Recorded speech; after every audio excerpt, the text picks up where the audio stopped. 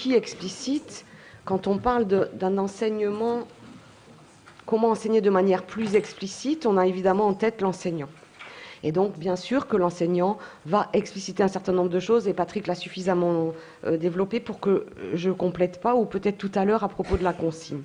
Mais en même temps, dans les programmes, on voit apparaître que l'élève doit procéder à un apprentissage explicite. Autrement dit, dans cette explicitation, eh bien, il y a aussi l'élève. C'est-à-dire que, oui, on n'est pas, et c'est pour ça que j'avais réaffiché ça, vous vous rappelez que lors du premier regroupement, j'avais fait la distinction entre enseignement enseigné de manière explicite et enseignement explicite tel qu'on le trouve aujourd'hui dans la littérature, ou quand vous tapez sur un moteur de recherche enseignement explicite, vous tombez tout de suite sur le collectif québécois instruction directe. Et je vois qu'en France, aujourd'hui, beaucoup de chercheurs assimilent enseignement explicite et instruction directe. Et vous vous rappelez que j'avais attiré votre attention sur l'idée que, eh bien non, dans notre perspective, et je parle du collectif ici, l'enseignement explicite chez nous n'est pas synonyme d'instruction directe, mais c'est bien un adjectif qui permet de qualifier, ce n'est pas une méthode qu'on doit à tel et tel auteur, mais bien un adjectif qui nous permet de penser que c'est une préoccupation permanente de l'enseignant, et je redis aussi ce qu'a dit Patrick, à condition que lui-même soit conscient de tout l'implicite qui circule dans la classe, qui n'est pas évident. Donc une préoccupation permanente, surtout s'il travaille avec des élèves de milieu populaire. Donc je voulais faire ce rappel pour dire que oui, on peut, et attention, c'est une méthode parmi d'autres, et moi je suis prête à défendre que dans certains cas, il n'y a rien de mieux que l'instruction directe pour éviter que les élèves perdent un temps infini à trouver ce qu'il s'agissait de faire. Donc je suis prête à le défendre, y compris à l'école maternelle, sur certains temps, mais je ne suis pas prête à défendre que ce soit la seule manière d'enseigner explicitement. Donc là, c'était mon premier point. Donc qui? L'enseignant. Et en même temps, avec cette question, mais si l'enseignant explicite tout, alors quel est le travail des élèves? Comment concilier la mise en activité des élèves? Comment concilier le fait qu'on va solliciter leur activité intellectuelle si on leur a déjà mâché tout le travail? Et donc là, je voudrais revenir sur cette question de consigne. Il ne suffit pas d'expliciter la consigne pour que tous les élèves rentrent dans le travail. Alors, en même temps, on pourrait se dire, mais à quoi ça ressemblerait une consigne explicitée de telle sorte que tous les élèves comprennent ce qu'il y a à faire? Et là, je vais proposer deux petites... J'arrive. Quelques idées concrètes. La première idée, c'est quand vous circulez dans les classes, vous voyez comment les enseignants s'y prennent. Ils font lire la consigne, décoder la consigne, et ils demandent à un élève de la reformuler dans ses propres mots. C'est à peu près classique. Donc, ça donne ça, par exemple, dans la classe où j'étais là quelques jours. L'élève lit « entoure les idées essentielles ». Alors, qu'est-ce qu'il reformule? Il faut entourer les idées essentielles. Ok, ben allez-y. Et donc, je m'approche d'une élève et je lui dis, qu'est-ce que c'est, idée essentielle? Voilà. Donc, on est d'accord que là, la reformulation est très lacunaire, mais y compris sur, il faut, un élève reformule, c'est, il faut surligner les idées importantes, les informations importantes. Et là, on dit, c'est bon, c'est bien reformulé. À condition que les élèves comprennent ce que c'est qu'une idée importante. Et quand on regarde travailler les élèves, on voit qu'un certain nombre prend son surligneur et souligne une phrase sur 4. Et avec ça, normalement, c'est à peu près bien. Donc, encore une fois, même la reformulation ne va pas suffire. Et il me semble qu'on pourrait compléter en disant, mais qu'est-ce qu'il faut réussir? C'est à quoi ça ressemblera, ce travail, quand vous l'aurez réussi? Autrement dit, pas seulement la consigne, c'est pas seulement la consigne qu'on reformule, mais c'est aussi le résultat. Et en gros, c'est qu'est-ce que la maîtresse ou le maître a dans la tête et quels sont ses critères, quelle est sa règle du jeu, et quels sont les critères qui vont lui permettre de dire c'est bien, c'est mal. Et ça, faire rentrer les élèves dans la tête de la maîtresse, ça permet de beaucoup mieux comprendre la consigne. Qu'est-ce qu'elle a dans la tête? Qu'est-ce qu'elle veut que vous fassiez? Quelles sont ses bonnes raisons de faire ce que vous avez à faire? Et en même temps, leur faire expliciter, encore une fois, l'attendu. À quoi va ressembler le résultat quand ça sera réussi? Mais ce qu'on observe, c'est qu'on a rarement d'explicitation sur ce qu'il faut faire, ce à quoi il faut faire attention. Ce à quoi il faut faire attention, comment faire pour réussir. Et donc, si autour des notions. Il me semble que l'explicitation, elle est extrêmement bien menée à l'école, sur toute la question des procédures, comment on fait pour faire. Là-dessus, il me semble qu'il y a encore beaucoup de travail d'explicitation à faire. Autrement dit, on les laisse tâtonner, explorer, découvrir les meilleures manières de faire, sans parfois leur expliquer comment on fait pour bien faire. Et là, je vais prendre un seul exemple, et après j'arrête. Je vais prendre, pas celui-là, l'exemple de la copie. Et je reviendrai sur les questions de lecture après.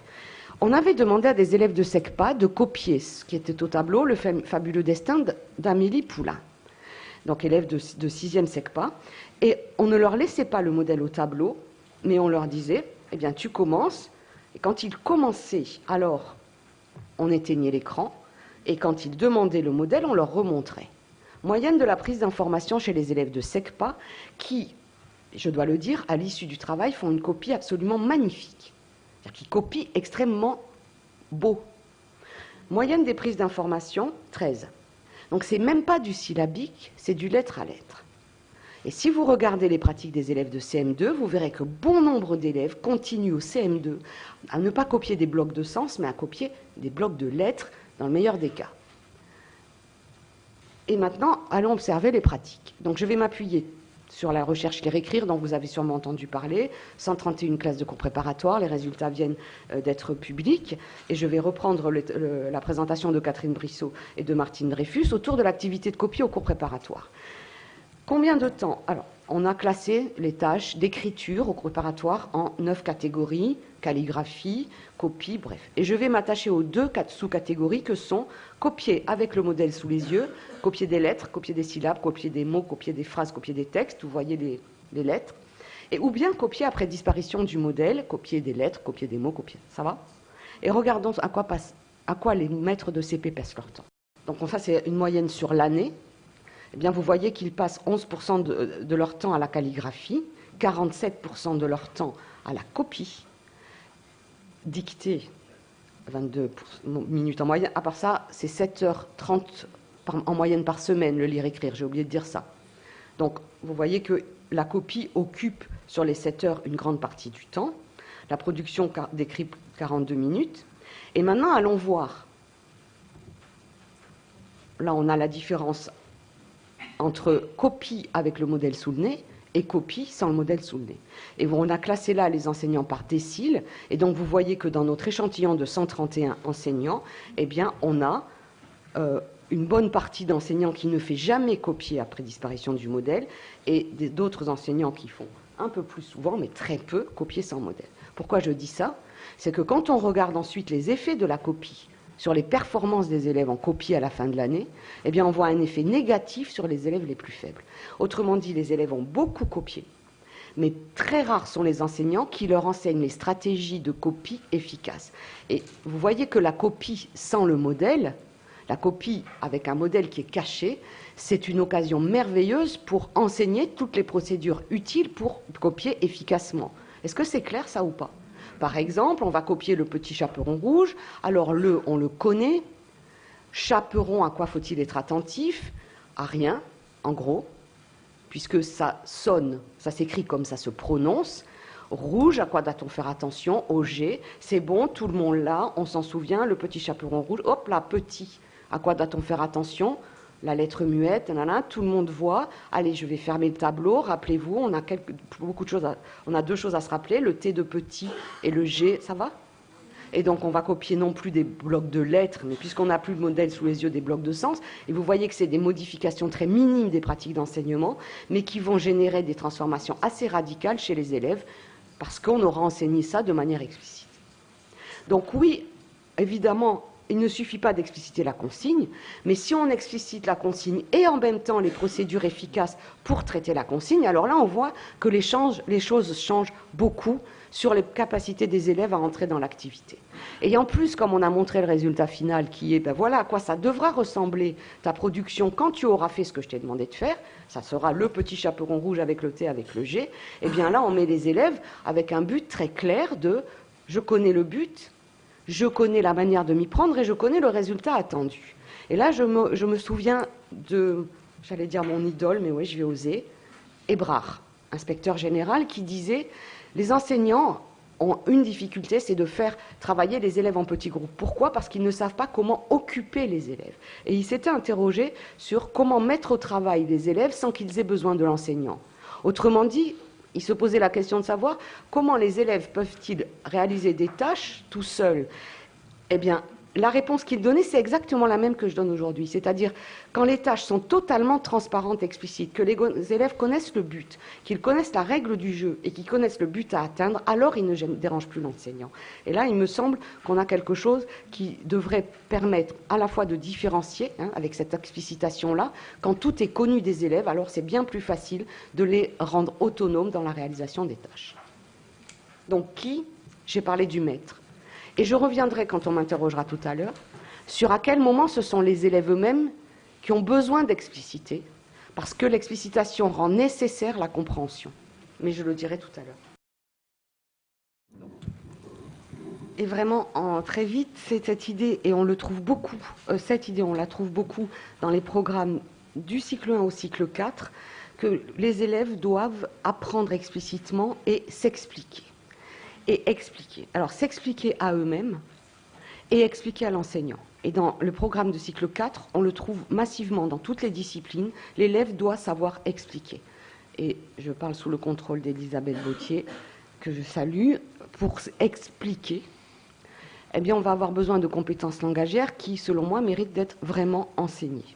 Pour expliquer aux autres comment je m'y prends, pour expliquer aux autres comment j'ai trouvé la bonne réponse, il va falloir centrer l'attention des élèves à la fois sur le mode de fonctionnement qu'ils ont mis en œuvre, mais aussi sur la manière dont on explique.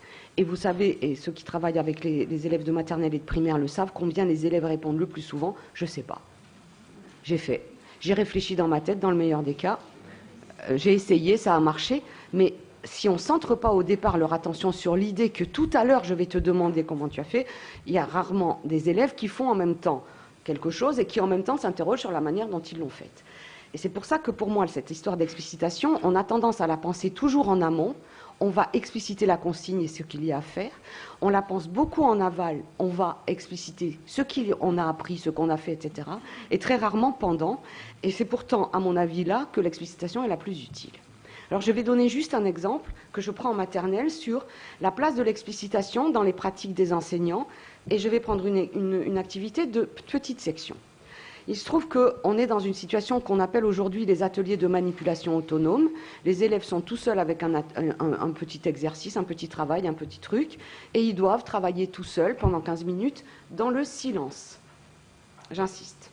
Chacun a un matériel. Voici celui qu'a c'est la petite fille dont je vais parler. Elle doit trier de multiples objets en 2 catégories. Alors hier, Evelyne nous a dit combien ces activités de tri étaient importantes dans le développement de l'enfant. Donc 2 catégories. Les objets attirés par un aimant vont dans la boîte de droite. Les autres restent dans la boîte. Voici le matériel. On le voit mieux ici.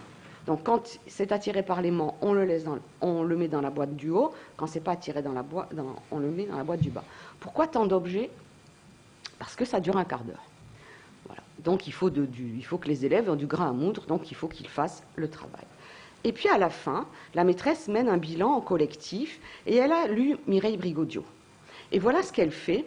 Elle adopte la méthode préconisée par Brigodiot qui s'appelle VIP, j'y vais. La maîtresse valide. Mar a bien appliqué la règle de tri, elle a mis dans la boîte aimant les objets attirés par l'aimant et elle a laissé dans la grande boîte ceux qui ne sont pas attirés par l'aimant. Elle a réussi à bien trier plusieurs objets, dit-elle. Donc elle valide le travail et elle interprète avec une centration sur la procédure de tri. Elle a placé l'aimant